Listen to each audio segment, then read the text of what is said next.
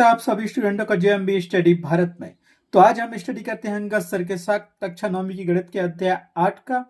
अध्याय 8 चतुर्भुज है, जिसका ये भाग नंबर 13 है, जिसमें हम जानेंगे प्रश्नावली 8.2 के भाग 2 में प्रश्न क्रमांक 2 का संपूर्ण हल। इससे पहले यदि आपने हमारे चैनल जेएमबी स्टडी भारत को सब्सक्राइब नहीं किया है तो सब्सक्राइब कीजिए, ताकि इसी प्रकार की वीडियो आपको सबसे पहले मिल सके। तो आइए हम देखते हैं प्रश्न नंबर 2 क्या कहता है।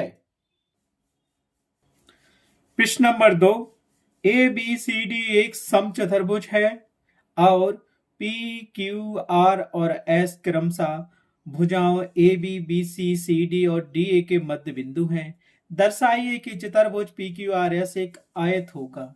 ठीक है, तो इसमें हमें केवल क्वेश्चन दिया गया है और इस प्रश्न की सहायता से हमें क्या चित्र भी बनाना है और फिर उसको सिद्ध भी करना है कि दिया गया समचतुर्भुज एक आयत है। तो एक समचतुर्भुज की हमें रचना करनी पड़ेगी, उसके मध्य बिंदु पी क्यू आर एस है, उसकी भुजाएं A B B C C D और डी ए दी गई हैं और समचतुर्भुज क्या है, ए बी सी डी है। तो सबसे पहले जो दिया गया है वो लिख लेते हैं और जो ज्ञात करना है वो लिख लेते हैं, फिर उसके बाद ही हम समचतुर्भुज की रचना करेंगे, फिर प्रूव करेंगे। ठीक है, क्योंकि ऐसा करने से आधा क्वेश्चन तो सॉल्व हो ही जाता है, समझ में आ जाता है उस क्वेश्चन को क्या करना है क्या नहीं करना है। ठीक, तो हमें दिया गया है कि एबीसीडी एक समचतुर्भुज है और P comma Q comma R comma S क्रमशः भुजाओं A B comma B C comma C D और डी ए के मध्य बिंदु है। सिद्ध करना है कि पी क्यू आर एस एक आयत होगा और ए सी तथा बी डी उसके विकर्ण होंगे। तो सबसे पहले तो हमें समचतुर्भुज की रचना करनी होगी। कौन से समचतुर्भुज की? ए बी सी डी समचतुर्भुज की। उसमें दो विकर्णों की रचना करनी होगी, ए सी और बी डी, और उसके मध्य बिंदुओं के नाम भी रखना पड़ेगा। ठीक है, तो हमने ए बी सी डी एक समचतुर्भुज बना लिया है। अब उसके विकर्ण की रचना करनी है, तो यहां से एक विकर्ण अपन ए सी बना लेते हैं। ये विकर्ण ए सी हो गया, दूसरा विकर्ण यहां से बी डी बना लेते हैं। ठीक है, तो ये दूसरा विकर्ण अपन ने बी डी भी बना लिया। अब इसके मध्य बिंदु डिसाइड करना है, क्योंकि दिया गया था कि रेखा या भुजा ए बी का मध्य बिंदु क्या है। ए बी का मध्य बिंदु उसने कहा कि पी है, तो इसको नाम दे दिया अपन ने पी। और बीसी का मध्य बिंदु उसने बोला था कि भुजा बीसी का मध्य बिंदु क्या है, क्यू है, तो इसका नाम दे दिया अपन ने क्यू। और वो कह रहा था सी डी का मध्य बिंदु क्या है, आर है, तो इसको नाम दे दिया आर। और भुजा डी ए का मध्य बिंदु क्या है, एस है, तो इसको नाम दे दिया अपन ने एस। ठीक है, एक समचतुर्भुज और समचतुर्भुज की चार भुजाएं क्या होती हैं, आपस में बराबर होती हैं, उसके विकर्ण भी बराबर होते हैं और उसके कोण भी बराबर होते हैं। राइट, अब हम क्या करेंगे, हमने ये रचना तो कर ली है, तो हमें आय सिद्ध करने के लिए क्या करना पड़ेगा, ये वाले कोण 90 डिग्री रहेंगे इसके, क्योंकि जब एक विकर्ण खींचते हो, विकर्ण पे एक किरण ये डली होती है, तो ये वाला कोण और ये वाला कोण आपस में क्या होते हैं, मिलकर 180 कोण बना 180 अंश का कोण बनाते हैं। ठीक है, तो ये तो 90 अंश के 90 अंश के 90 अंश के कोण होगा, क्योंकि समचतुर्भुज है, उसके चारों कोण जो केंद्र में बनेंगे वो भी 90 अंश के बनेंगे और यहाँ बनेंगे वो भी 90 अंश के बनेंगे, क्योंकि चारों कोणों की माप क्या होती है, 360 अंश होती है। और समचतुर्भुज में भुजाएं बराबर होती हैं, कोण बराबर होते हैं, और सम्मुख भुजाएं बराबर होती हैं, और सम्मुख कोण में सभी कोण बराबर होते हैं, ये उसकी विशेषता होती है। ठीक है, अब हम क्या करेंगे, मध्य बिंदुओं को मिला देते हैं। जैसे हमने यहाँ से क्या किया, ये पी क्यू मध्य बिंदु मिला दिया, दूसरा हमने क्या मिलाया, यहाँ से मिला दिया आर क्यू मध्य बिंदु मिला दिया, यहाँ से हमने क्या मिला दिया, आर एस मध्य बिंदु मिला दिया, और यहाँ से ये मिला दिया एस पी मध्य बिंदु मिला दिया। चारों मध्य बिंदु मिल गए। एक केंद्र दिया है, इसको आप नाम कुछ भी दे सकते हो, ओ नाम देना है तो वो भी दे सकते हो इसको। ठीक है, तो ये छोटे छोटे इसमें क्या बने, आयत बने या समचतुर्भुज बने या समांतर चतुर्भुज बने, ये तो बाद में सिद्ध होगा। तो पहले तो हमें जो दिया गया था हमने क्या रचना कर ली, तो रचना में क्या किया, एबीसीडी एक समचतुर्भुज की रचना की, जिसमें ए सी और बी डी क्या है, विकर्ण है, उसके मध्य बिंदु पी क्यू आर एस है। जो दिया गया है उसी के अकॉर्डिंग हमने समचतुर्भुज की रचना कर दी। जो सिद्ध करना था वो ये दिया था।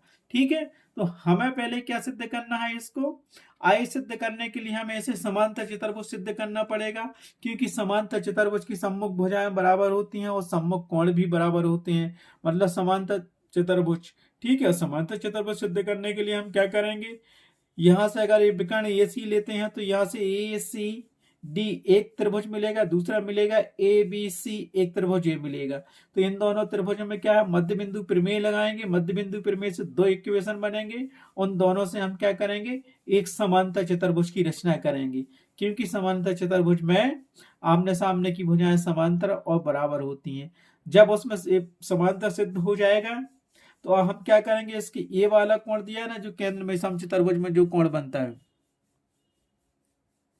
ये 90 अंश का कोण बनता है, और ये वाला कोण हमें क्या करना पड़ेगा, सिद्ध करना पड़ेगा कि ये कोण इसके बराबर है। तो इसको कोण 1 मान लेते हैं और इसको कोण अपन क्या मान लेते हैं, 2, और ये हो गया कोण 1, ये कोण 1 हो गया, और ये वाला कोण हो गया कोण 2। ठीक है, तो जो हमें दिया गया था वो लिख लिया है, समचतुर्भुज की हमने रचना कर ली है, वो वही दिया गया था। अब हमें करना है प्रूफ। तो हम लेंगे यहां से समचतुर्भुज में से ए बी सी त्रिभुज में, ए बी सी त्रिभुज में दो भुजाएं ए बी और बी सी आ गई, इनके मध्य बिंदु क्रमशः पी और इसका क्यू है। ठीक है, इसमें हम मध्य बिंदु प्रमेय लगा देंगे, चाहो तो हम अलग से भी समझा सकते हैं। ठीक है, तो ये रथ में हमने बना लिया, सेम यही त्रिभुज बना लिया, ये चतुर्भुज समचतुर्भुज बना लिया है। तो हमें क्या करना है, हम सिद्ध करना है आयत। तो आयत सिद्ध करने के पहले इसको हमें समानांतर चतुर्भुज सिद्ध करना पड़ेगा। ठीक है, ये बिंदु ओ दिया है।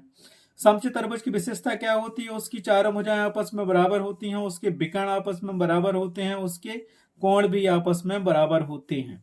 ठीक है, लेकिन आयत की परिभाषा क्या होती है, आयत में केवल आमने सामने की भुजाएं बराबर होती हैं, उसके विकर्ण तो बराबर होते हैं, और उसके आसन्न कोणों को बराबर सिद्ध करना पड़ता है हमें, तब जाके वो क्या होगा, बराबर माना जाता है। तो हमें क्या है, समचतुर्भुज में चारों भुजाएं बराबर हैं, दोनों विकर्ण बराबर हैं, जबकि आयत में केवल आमने सामने की भुजाएं बराबर होती हैं। तो उसके पहले हमें क्या करना पड़ेगा, इस समचतुर्भुज को समांतर चतुर्भुज सिद्ध करना पड़ेगा, फिर जाके हम आयत सिद्ध करेंगे, क्योंकि समानांतर चतुर्भुज के आमने सामने की भुजाएं बराबर होती हैं। ठीक है, तो पहले इसको हम समानांतर चतुर्भुज सिद्ध करते हैं, किसको, पी क्यू आर एस को, फिर उसको आयत सिद्ध कर देंगे। ठीक है, तो इसके लिए समांतर चतुर्भुज सिद्ध करने के लिए हमें दो त्रिभुज लेने पड़ेंगे, एक तो ए बी सी त्रिभुज जिनके मध्य बिंदु पी क्यू है, और दूसरा त्रिभुज ए सी डी त्रिभुज लेना पड़ेगा जिसके मध्य बिंदु आर और एस है। इन दोनों त्रिभुजों में क्या करना पड़ेगा, हमें मध्य बिंदु प्रमेय लगाना पड़ेगा, जिससे दो इक्वेशन बनेंगी। तो आइए हम देखते हैं। अब हम लेते हैं त्रिभुज ए बी सी में जिसके मध्य बिंदु पी और क्यू है, यहां पे तो हमने लिख लिया, इसीलिए त्रिभुज ए बी सी में जिसके मध्य बिंदु भुजाओं ए बी और बी सी के मध्य बिंदु क्रमशः पी और क्यू हैं, तब मध्य बिंदु प्रमेय से क्या मिलेगा, इस त्रिभुज में हमने लगाया, तब लिख सकते हो यहाँ पे, या तो यहाँ लिख दो या बाद में लिख दो, तब इसमें लिखना है तो इसी में लिख दो। तो ये मिलेगा हमें मध्य बिंदु प्रमेय से। मध्य बिंदु प्रमेय क्या कहता है, मध्य बिंदु प्रमेय से, यहां लिख दिया तो यहां साइड में रीजन देने की जरूरत नहीं है। मध्य बिंदु प्रमेय ये कहता है कि जब त्रिभुज में तीन भुजाएं होती हैं, इन तीन भुजाओं में से किन्हीं दो भुजाओं के मध्य बिंदु त्रिभुज की तीसरी भुजा के समानांतर होते हैं और बराबर होते, उसके आधे के बराबर होते हैं। यही मध्य बिंदु प्रमेय है, मैं आपको बता चुका हूं।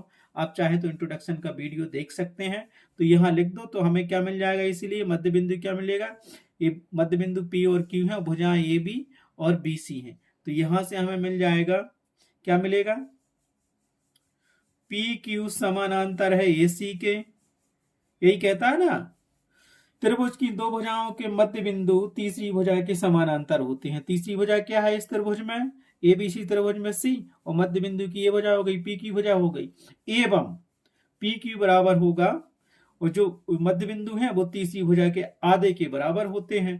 तो यहां लिख लो, ये तो हो गई एवं, ये मध्य बिंदु पी क्यू बराबर हो जाएगा 1/2 AC।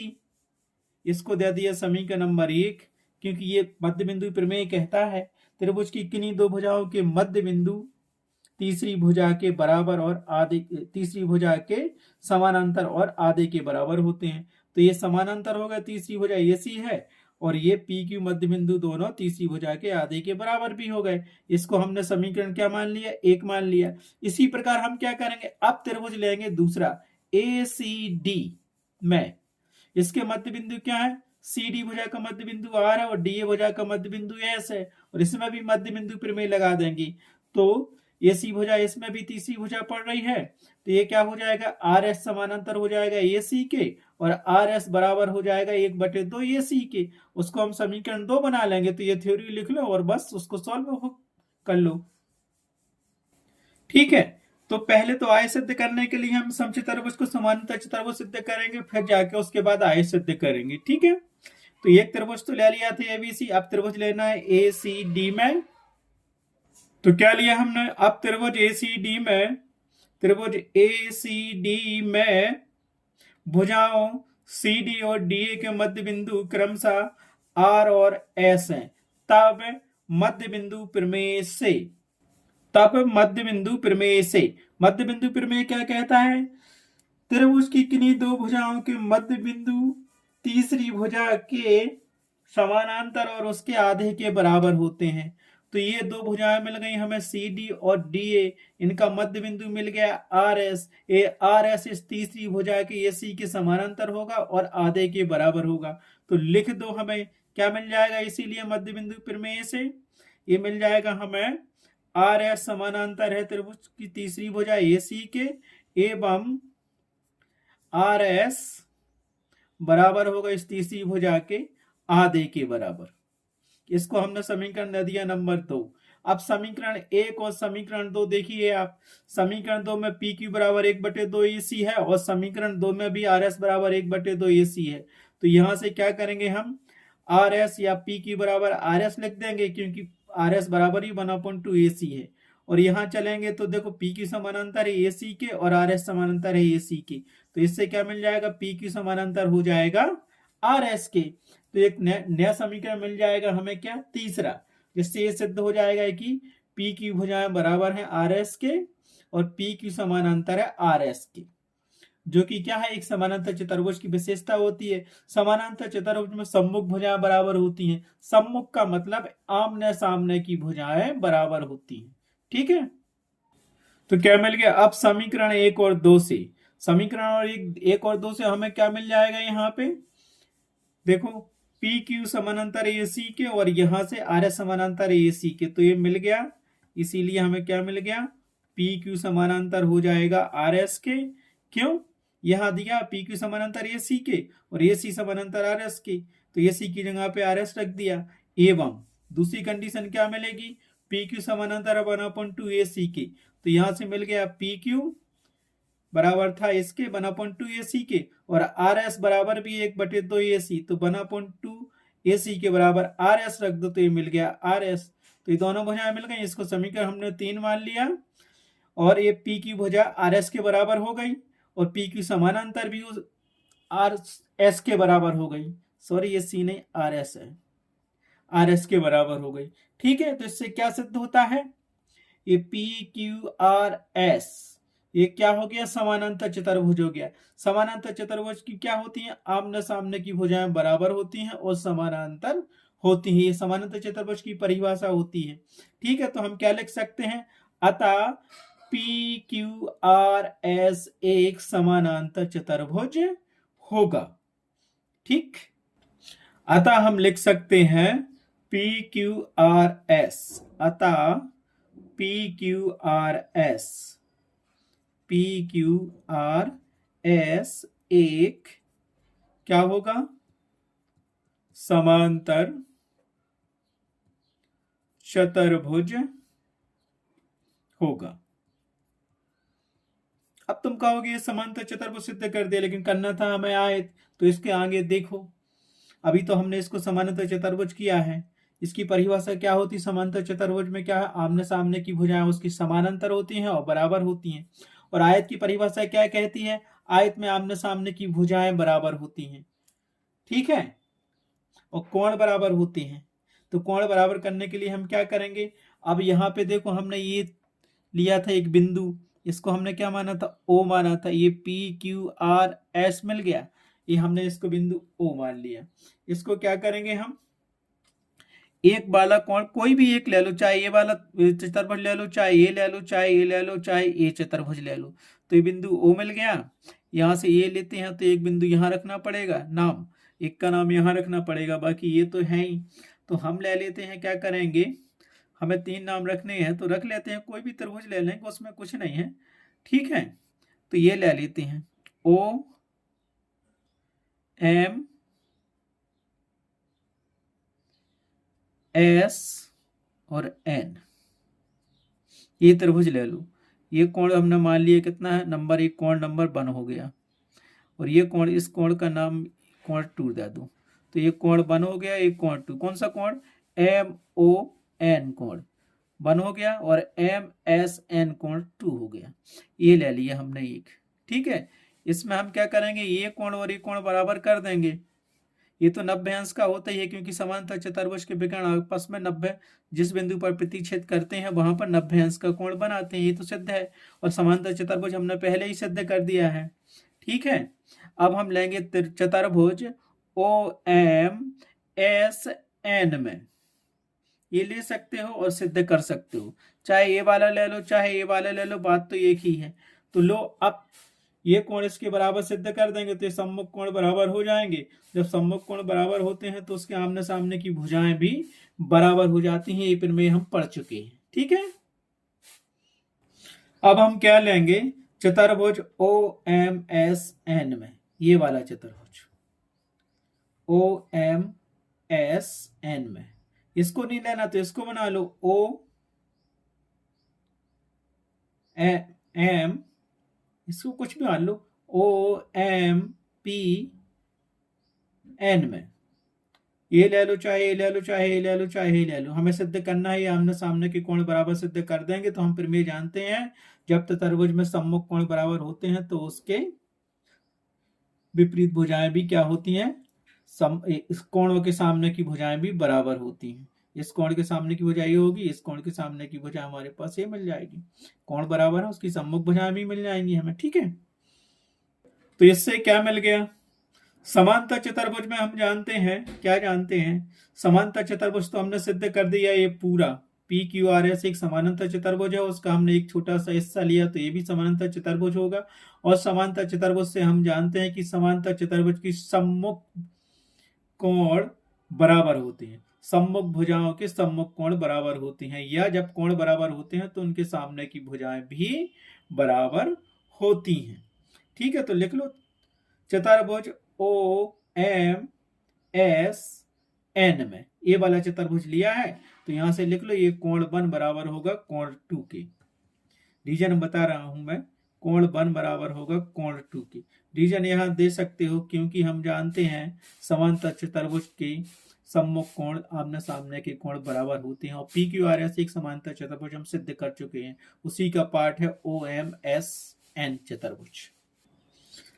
तो कोण 1 बराबर कोण 2 कर दिया। क्यों कर दिया हमने, क्योंकि जब ये पी क्यू आर एस एक समानांतर चतुर्भुज है, उस पे 2 रेखाएं खींची हैं, एक दूसरे को प्रतिच्छेद कर रही हैं, तो ये वाला जो हमारे पास चतुर्भुज बनेगा ये भी समानांतर चतुर्भुज होगा। और समानांतर चतुर्भुज में हम जानते हैं कि उसके सम्मुख कोण बराबर होते हैं, तो ये मिल गया हमें, सम्मुख कोण बराबर हो गए। अब एक बात और देखो, यहां से ये समानांतर चतुर्भुज दिया था, पूरा समचतुर्भुज था, और जब ये समानांतर चतुर्भुज हमने सिद्ध कर दिया तो ये आपस में क्या है, ये कोण 90 कोण 190 डिग्री है। क्यों, यहां से इस रेखा पर ये डला, एक किरण डली है ना, तो यहाँ पे क्या होता है, रेखिक कोण एक में से हम जानते हैं कि यहाँ पे जो कोण बनेगा और ये कोण बनेगा, दोनों का 180 अंश होता है। और जहां पे समानांतर चतुर्भुज के विकर्ण एक दूसरे को जिस बिंदु पर प्रतिच्छेद करते हैं, उस बिंदु पर वो 90 अंश का कोण बनाते हैं।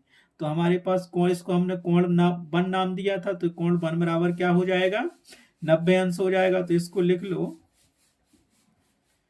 90 डिग्री बराबर कोण 2।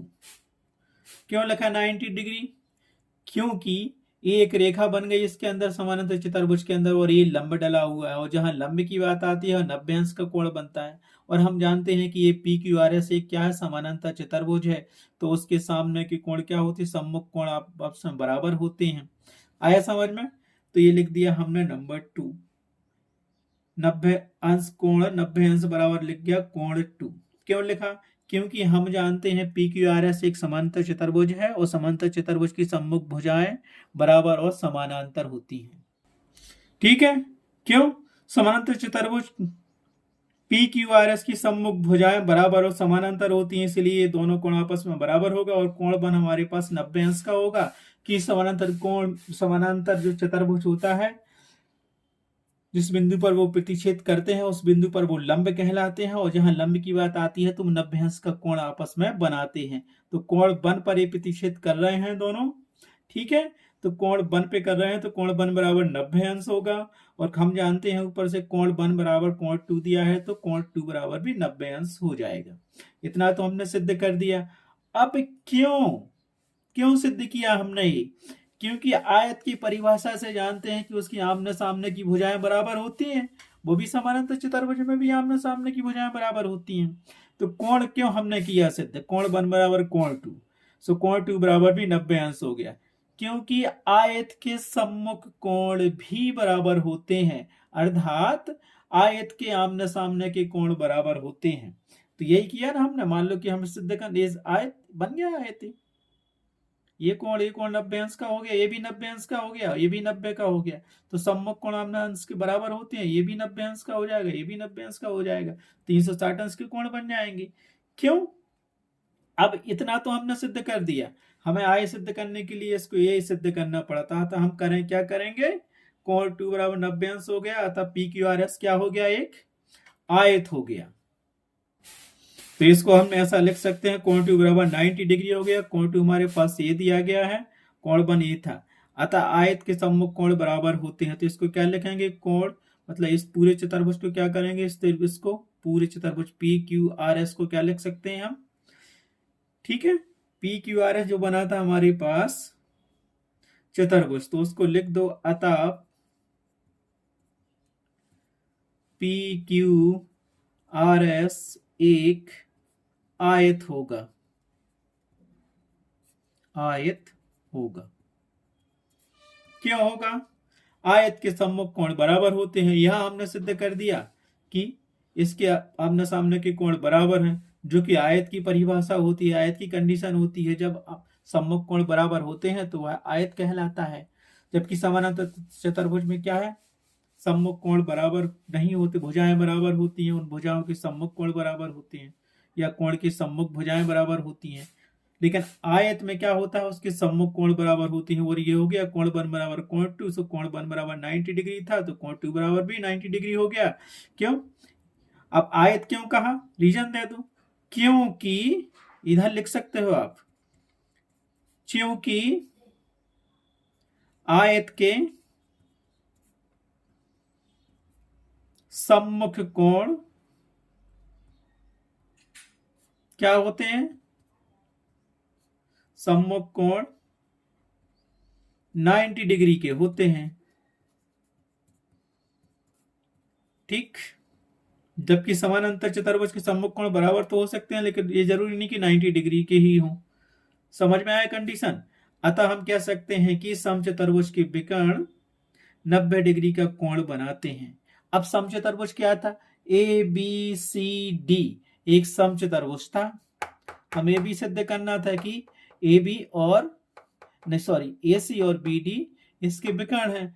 अगर वो समानांतर चतुर्भुज के विकर्ण है या समचतुर्भुज के विकर्ण है तो एक दूसरे पर लंब होंगे, और जब लंब होंगे तो क्या बनाएंगे? वो 90 अंश का कोण बनाएंगे। अब क्योंकि समचतुर्भुज के विकर्ण 90 डिग्री का कोण बनाते हैं, ये भी लिख दो, इसलिए वो आयत हो जाएगा। ठीक है, तो यहां दोनों चीजें सिद्ध कर ली। क्यों हमने इसको आयत कहा? पी क्यू आर एस को एक आयत सिद्ध किया। क्यों? आयत के सम्मुख कोण बराबर होते हैं, लेकिन समानांतर चतुर्भुज के सम्मुख कोण बराबर नहीं होते, बल्कि सम्मुख भुजाओं के कोण बराबर हो सकते हैं। लेकिन आयत में क्या है? उसके सम्मुख कोण बराबर हो सकते हैं। और हमें दिया गया था एक समचतुर्भुज, और समचतुर्भुज दिया गया है तो उसके विकर्ण आपस में बराबर होते हैं, और वो जहां पे एक दूसरे प्रतिशत करते हैं, जिस बिंदु पर, अर्थात बिंदु वो प्रतिशत कर रहा है समचतुर्भुज के विकर्ण, तो वहां पे 90 अंश का कोण बनाएंगे। तो वो हमने क्या किया था? 90 अंश का कोण लेके चले थे, उसकी परिभाषा ये समचतुर्भुज की कि जिस बिंदु पर ये विकर्ण एक दूसरे को काटते हैं वहां 90 डिग्री का कोण बनाते हैं। और हमने पहले पी क्यू आर एस को एक समानांतर चतुर्भुज सिद्ध कर दिया और उसके मध्य बिंदु मिला के एक लाइन खींची, तो उस पर जो लंबा डाला था 90 अंश का कोण बना था, कोण बन वो इस चतुर्भुज के इस कोण 2 के बराबर कर दिया, 90 अंश के बराबर। तो इसमें जब ये कोण इस कोण के बराबर हो गया तो वो एक आयत बन गया, क्योंकि हम जानते हैं कि आयत के सम्मुख कोण आपस में बराबर होते हैं। और आयत की यही शर्त थी, अगर वो आयत होगा तो आमने सामने की भुजाएं तो बराबर होंगी, उसके सम्मुख कोण भी बराबर होंगे। सम्मुख कोण कैसे बराबर होंगे? 90 डिग्री का कोण हमने सिद्ध कर दिया। और जब 90 डिग्री का कोण सिद्ध कर दिया तो जो AC और BD जो विकर्ण दिए थे वो समचतुर्भुज के विकर्ण भी सिद्ध हो गए, मतलब आयत के विकर्ण हो गए, बराबर हो गए, वो 90 अंश का कोण बनाते हैं। तो हमें जो सिद्ध करना था वो कर दिया, इसलिए PQRS एक आयत होगा। तो लिख लो क्या हो गया, अतः इसीलिए चतुर्भुज PQRS एक आयत होगा, यही हमें सिद्ध करना था। सो इसी सिद्धम, जब आयत सिद्ध हो गया तो उसके AC तथा BD उसके विकर्ण होंगे, क्योंकि ये 90 अंश का कोण बना रहे थे। दोनों चीजें सिद्ध हो गई कि तथा ये भी कर सकते हो, एक चीज सिद्ध हो गई, दूसरी तथा AC और लिख दो तथा AC एवं BD विकर्ण, ठीक, तथा AC और BD विकर्ण होंगे, इति सिद्धम, यही हमें सिद्ध करना था। आज की वीडियो में बस इतना ही। नेक्स्ट वीडियो में देखेंगे हम नेक्स्ट क्वेश्चंस को। Thanks for watching my video. अगर आपको ये क्वेश्चन समझ में नहीं आया तो कमेंट्स कीजिए, इसको दोबारा समझाने की कोशिश करेंगे। बहुत इंपॉर्टेंट क्वेश्चन है, कई बार पूछा गया है, ठीक है। तो इसको स्क्रीनशॉट लेके रखिए, बार बार प्रैक्टिस कीजिए या बार बार देख के इसको आप लर्न कीजिए। Thanks for watching my video.